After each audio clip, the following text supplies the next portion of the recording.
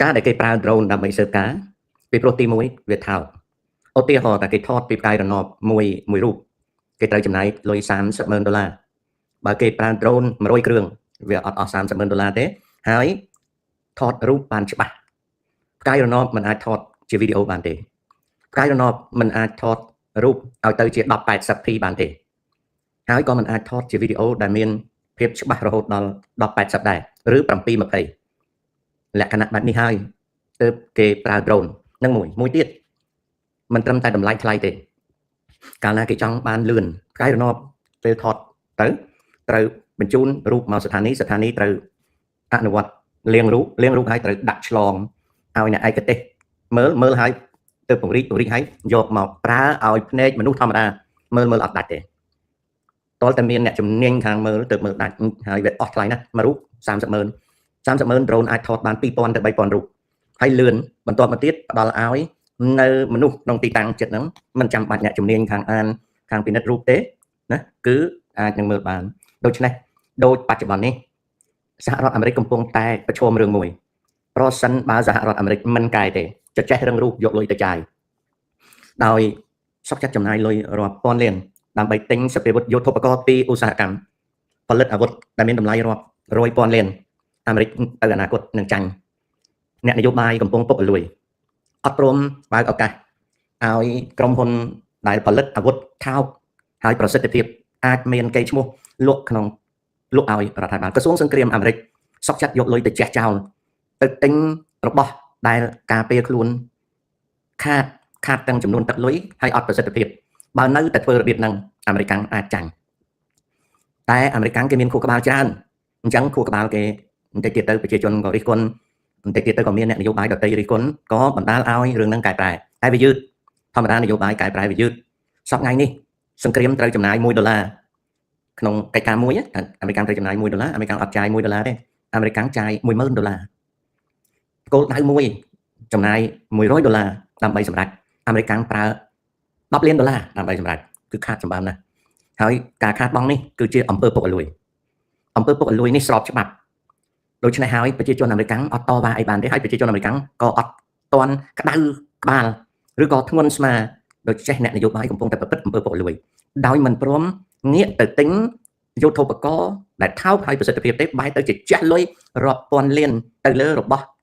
ដែលប្រើទៅមានប្រសិទ្ធភាពប្រហែលរបស់មួយតម្លៃ$1លានមានប្រសិទ្ធភាពស្មើនឹងរបស់មួយតម្លៃ$1នេះគឺជាជំងឺពុករលួយត្រជាក់ដែលកំពុងតែកើតឡើងនៅសហរដ្ឋអាមេរិកនេះតាគ្រាន់តែបញ្យល់ទេណាចៅតាទុកឲ្យខួរក្បាលរបស់អាមេរិកគាត់គិតពីព្រោះមនុស្សដូចតាអីគ្មាន political representation សម្រាប់តវ៉ាទេតែមិនមែនអត់ចេះគិតទេចេះគិតណាអញ្ចឹងកិច្ចការដែលចំណាយ$1អាមេរិកចំណាយ$1លាន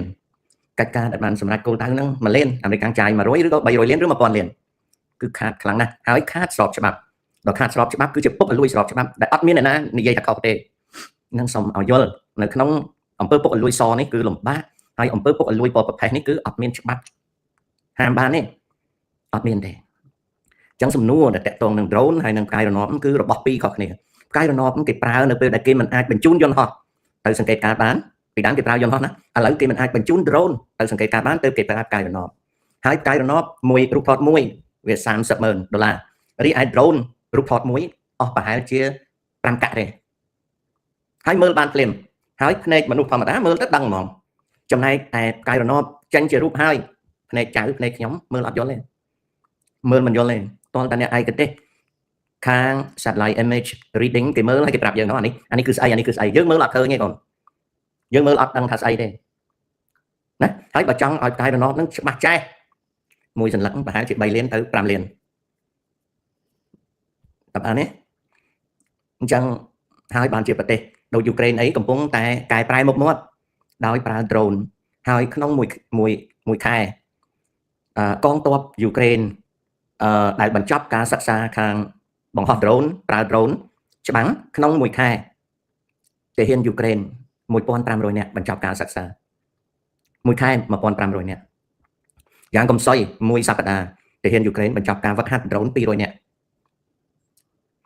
ខ្ញុំព្រួយបារម្ភតែដូចខ្ញុំនិយាយអញ្ចឹងការដែលខ្ញុំទំនាក់ទំនងទៅថ្នាក់ដឹកនាំប្រទេសកម្ពុជា គាត់មិនងាយនិយាយគ្នាទេលំបាកណាស់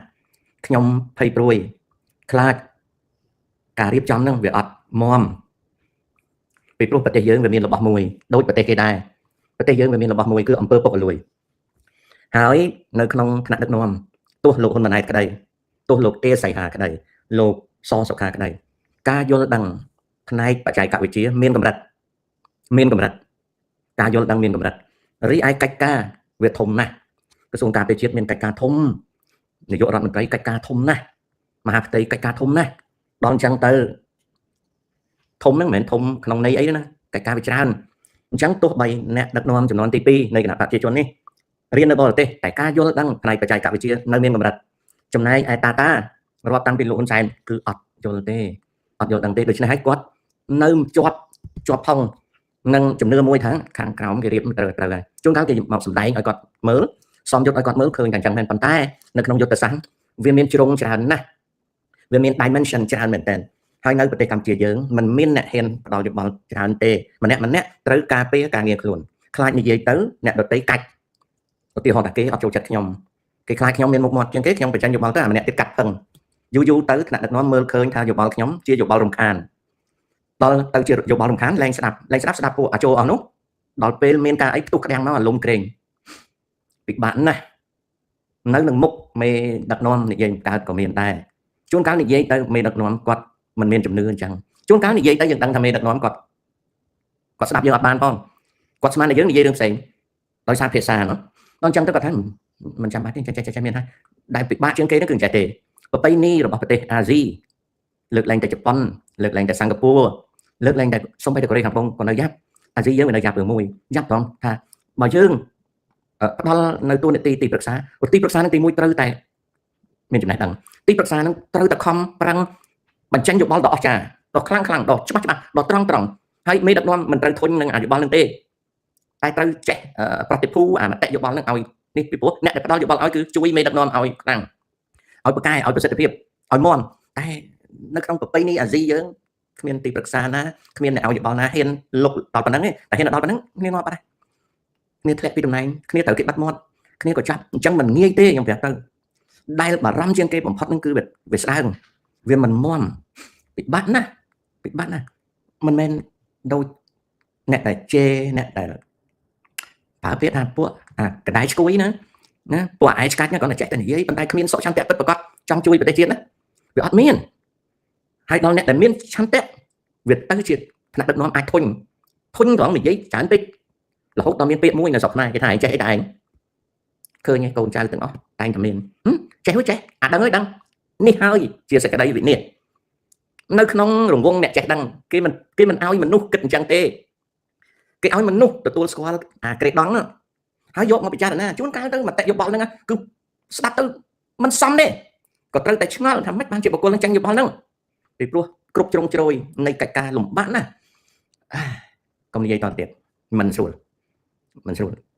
ខ្ញុំសូមប្រាប់ប៉ុណ្ណេះទេថាខ្ញុំនេះបារម្ភខ្លាំងជាងមេដឹកនាំទៅទៀតទី1ខ្ញុំគាំទ្រថ្នាក់ដឹកនាំទី2ខ្ញុំចង់ឲ្យថ្នាក់ដឹកនាំបានជោគជ័យទី3ខ្ញុំចង់ឲ្យប្រទេសជាតិខ្ញុំមាំមួនទី4ខ្ញុំចង់ឲ្យជោគជ័យនៅក្នុងកិច្ចការអាសន្នដោយអត់មានត្រូវការអីទេប៉ុន្តែមិនងាយទេពិបាកណាស់ពីព្រោះសង្គមយើងវាសម្បូរទៅដោយមនុស្សដែលគាត់តែឃើញអ្នកណាមួយរៀងមានសម្ដីពាក្យឆ្នាំបន្តិចអត់មានគិតអីគឺបំផ្លាញអ្នកនឹងចោលហ្មងបំផ្លាញមិនឲ្យអ្នកនឹងគឺនិយាយយ៉ាងម៉េចដើម្បីឲ្យអ្នកនឹងលាយដោយនេះគឺជាមិនមែនការតែខ្មែរទេណាអាស៊ីទាំងមូលអាហ្វ្រិកទាំងមូលសិតអញ្ចឹងអារ៉ាប់ក៏អញ្ចឹងដែរណាតែនៅក្នុងពិភពលោកនេះមនុស្សច្រើនប្រទេសដូចនៅសហរដ្ឋអាមេរិកឥឡូវនេះគ្មានអ្នកណាមួយបញ្ចេញយោបល់បានទេព្រោះឪត្រាំគាត់ចូលគាត់អត់ស្ដាប់ទេគាត់យកមនុស្សម្នាក់ដែលអត់ចេះធ្វើការឲ្យកាន់ខាងសង្គ្រាមខ្ញុំប្រាប់ទៅនៅពេលប្រទេសជាតិធ្លាក់ដល់ប៉ុណ្ណឹងហាន់ហោចអត់បន្តិចទេសប្តាហ៍នៅក្នុងមន្ទីរបញ្ចកោគ្មានឧត្តមសេនីយ៍ឯកទេសណាចាញ់យោបល់បានទេពីព្រោះមនុស្សនេះពាក់សាក់3សាក់4អត់ចេះអីសោះ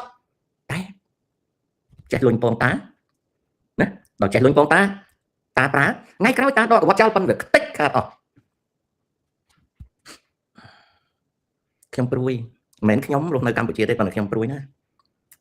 ដៃមកខាងខ្ញុំខំប្រឹងទប់ពួក ខ្ញុំខំប្រឹងប្រាប់បងប្អូនកុំឲ្យជឿពួកអាពីឡូពីព្រោះវាខាតបន្ទាប់មកទៀតខ្ញុំខំប្រឹងជួយប្រទេសឲ្យវាមាំតែបាក់ណាសម្បត្តិមែនតើមិនងាយនឹងពាក្យសម្ដីមួយម៉ាត់ធ្លាក់ទៅលើតិចថ្នាក់ដឹកនាំទទួលបានទេមិនងាយទេថ្នាក់ដឹកនាំមិនថាអីទេណាយើងចង់ផ្ដល់មតិចេះតែបានហើយមួយថ្ងៃ3 4 ដងក៏គាត់មើលដែរប៉ុន្តែយើងកុំចង់ឲ្យគាត់ទទួលមិនងាយទេពីព្រោះគាត់មានទីប្រឹក្សារាប់ពាន់ហើយទីប្រឹក្សាគាត់នឹងនៅក្នុងចំណោមទីប្រឹក្សាគាត់នឹងវាកាច់គ្នា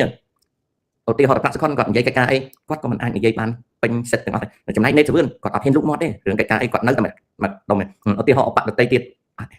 អបដតីទៀតគឺថាភាសាអង់គ្លេសដែលប្រែជាភាសាខ្មែរណាអបនីមួយត្រូវការពារកគូរបស់ខ្លួនបើមិនចឹងទេរបបពីកៅអីឥឡូវអបសុនចន្ទថុលគាត់ត្រូវការពារតំណែងគាត់ព្រោះជាកន្លែងខ្លាំងអបការិតគាត់អត់ធ្វើអីបានទេគាត់ត្រូវនៅអង្គុយចាំអបជួនរងអត់មានមាត់ទេចាយតាមថវិកាអបទេសីហាមិនអាចធ្វើអីបានទេហើយតាំងពីឡើងមកគាត់ត្រូវជំរះកិច្ចការមួយចំនួនដែលគាត់អត់ជំរះបានទេពីព្រោះវាកើតពីឪពុកគាត់មកកើតពីលោកទេបានមកអញ្ចឹងគាត់ហ៊ានប្រេះប្រាស់ចាស់នៅក្នុងជួរតបហ្នឹងឡើងទៅឪពុកថាបងធ្វើចឹងអត់បានទេបើធ្វើចឹងអត់សុបាយចិត្តអញ្ចឹងដើម្បីឲ្យសុបាយចិត្តត្រូវបដោយចំណែកសសុខាអបសសុខាតាដាក់វិធានការណារៀងមើលម៉ាត់បន្តិចវាកងគ្នាអញ្ចឹងយើងមានអប10សំបីតែអបហ៊ុនម៉ាណីក៏អត់អាចមានយោបល់អីបានលើកពីនឹងដែរអញ្ចឹងហើយបានជាយើងមានមនុស្សច្រើនតែយើងមិនងាយធ្វើការទេចុះអាមនុស្សនៅក្រៅដូចខ្ញុំមិនបើនៅក្នុងភ្នែកដឹកនាំវាមិនបានមកមីក្តរគាត់ចែកនឹង1លានបងទៅធ្វើអីកើតប៉ុន្តែនិយាយអំពីមនុស្សសញ្ចេតនានិយាយអំពីចិត្តដែលចង់ជួយប្រទេសជាតិតែខ្ញុំនិយាយថាអញជួយខ្លួនឯងវាចង់ណាស់ហើយមិនមែនចង់ទៅអង្គុយធ្វើអាចម្ដុំទេមិនមែនចង់ទៅពាក់ម្ដងការទៅអាមកអឿនឬក៏ជិះអូបឬជិះលីផ្ទះទេមិនមែនទេខ្ញុំវាមិនមែនល្ងងទៅអាមកអឿនត្រូវការរបស់ហ្នឹងអញ្ចឹងខ្ញុំអត់មានត្រូវការអីចង់ថាឲ្យតែប្រទេសជាតិហ្នឹងរឿងប៉ុន្តែនៅស្រុកខ្មែរគេមានអាពាក្យមួយម៉ាត់គេថាកុំចេះពេកហ្នឹងចេះអីតែឯងនេះភ្លើទេរឿងបច្ចុប្បន្ននេះខ្លាចតែវាធ្លាក់ទៅក្នុងភាពស្ដើងយើងទប់អត់ជាប់ណាពីព្រោះក្នុងមួយថ្ងៃណានៅក្នុងមួយថ្ងៃកុំឲ្យមើលងាយអាមនុស្សឆ្លៀនពៀនយើងឧទាហរណ៍បងប្អូនចេញ show បងប្អូនជេរវាអត់មានចំណេញអីទេតែបងប្អូនគិតមិនឃើញទៅជេរទៅអត់ចំណេញកុំមើលស្រាលអំពើឆ្លៀនពៀនលំបាកអញ្ចឹងហើយបាននៅក្នុងភាសាចិនគេថាមនុស្សមានសុឆន្ទៈនិងយកចិត្តទុកដាក់ជួនកាលត្រូវបានស្លាប់ដោយគ្មានប្រវត្តិសាស្ត្រចារទុកនេះគឺជាកម្ដៅនៃវប្បធម៌របស់ជនអាស៊ីយើងអូខេឥឡូវឆ្លើយតទៅទៀតណាឆ្លើយយូរពេកមិនបានទេឆាយវិកឆៃអត់មានគេណាហៅទេចៅឆាយវិកឆៃរហូតមកដល់ពេលនេះពួក$23ឯឆ្កាច់តែឆ្កោកមិនដែលបង្ហាញថា prosecutor របស់ ICC ហៅវាទៅទេអ្វីដែលវាចាញ់លិខិតហ្នឹងគឺខ្លួនវាអ្នកសរសេរហើយអារាំងស៊ីអត់ទៅចិត្តទេពីព្រោះមិនមែនជាប្រភពប្រមូលលុយអញ្ចឹងមានសាក់ស្វាពី3នាក់មិនដល់ស្វាផងអាចថាត្រឹមកណ្ដុលផងវាអត់មានអីទេដូច្នេះឆាយវិឆ័យត្រូវដឹងថាពួកអាពីឡូដែលវាចាញ់លិខិតហ្នឹងមកគ្មានន័យអីទេកុំទៅជឿឬក៏ទៅចាប់អារម្មណ៍រឿងហ្នឹងខ្ញុំនិយាយឲ្យថាជាក្បួនដែលនិយាយគូតកុហកបោកទេវាអត់ដែលមានមហាជនណាប្តឹងទៅ ICC បានទេហើយដោយសារពួកអាពីឡូនេះនៅក្រៅប្រទេសវាគ្មានមធ្យោបាយអាចអីទៅប្រមូលយកផុសតាំងអីបានយកទៅឲ្យ prosecutor ទេសំបីតែក្មួយមូនពេជ្រតែផ្អើលមកឆាវហ្នឹងក៏បាត់អស់ហើយអូខេបើសិនជាចៅឆ្លាតចៅអត់ជឿលើសម្រាមទេចៅចេះកែច្នៃសម្រាមអាហ្នឹងបានណាអាហ្នឹងអញ្ចឹងតែនថុលហេតុអ្វីមនុស្សសម័យនេះភាគច្រើនមិនឲ្យតម្លៃមនុស្សដែលត្រឹមត្រូវអញ្ចឹងមនុស្សសម័យណាក៏ដោយសម័យសាមកុកក្នុងរឿងប្រឡំលោកចិនក៏ដោយសម័យទុំទេវក៏ដោយសម័យមហានគរសម័យណាក៏ដោយតែនថុលសង្គមមនុស្សអ្នកអែបអបអ្នកលុតក្រាបនិងមនុស្សក្បត់នឹងប្រទេសជាតិឯងឈ្នះមនុស្សស្មោះត្រង់នឹងប្រទេសជាតិភាគច្រើនស្លាប់ជាប់គុកនិងបាត់បង់កេរ្តិ៍ឈ្មោះមនុស្សអាក្រក់នៅលើលោកនេះមនុស្សដែលបំផ្លាញប្រទេសជាតិភូមិឋានសេចក្តីសុខវាឈ្នះ999ដងរីឯអ្នកដែលមានសច្ចរិតក្នុងគំនិតជោគជ័យតែម្ដងនេះ វាកើតមកអញ្ចឹងមិនមែនសម័យនេះទេតាំងពីដើមមកដូច្នេះហើយបានជាមនុស្សហ្នឹងមិនចង់ធ្វើនៅអំពើសុចរិតទេមិនចង់ធ្វើអំពើសុចរិតទេហើយមនុស្សក៏កើតនៅកម្រិតអាត្មានិយមដ៏ខ្លាំងក្លាពីព្រោះការធ្វើនៅអំពើសុចរិតវាលំបាកហើយគ្រោះថ្នាក់អូខេ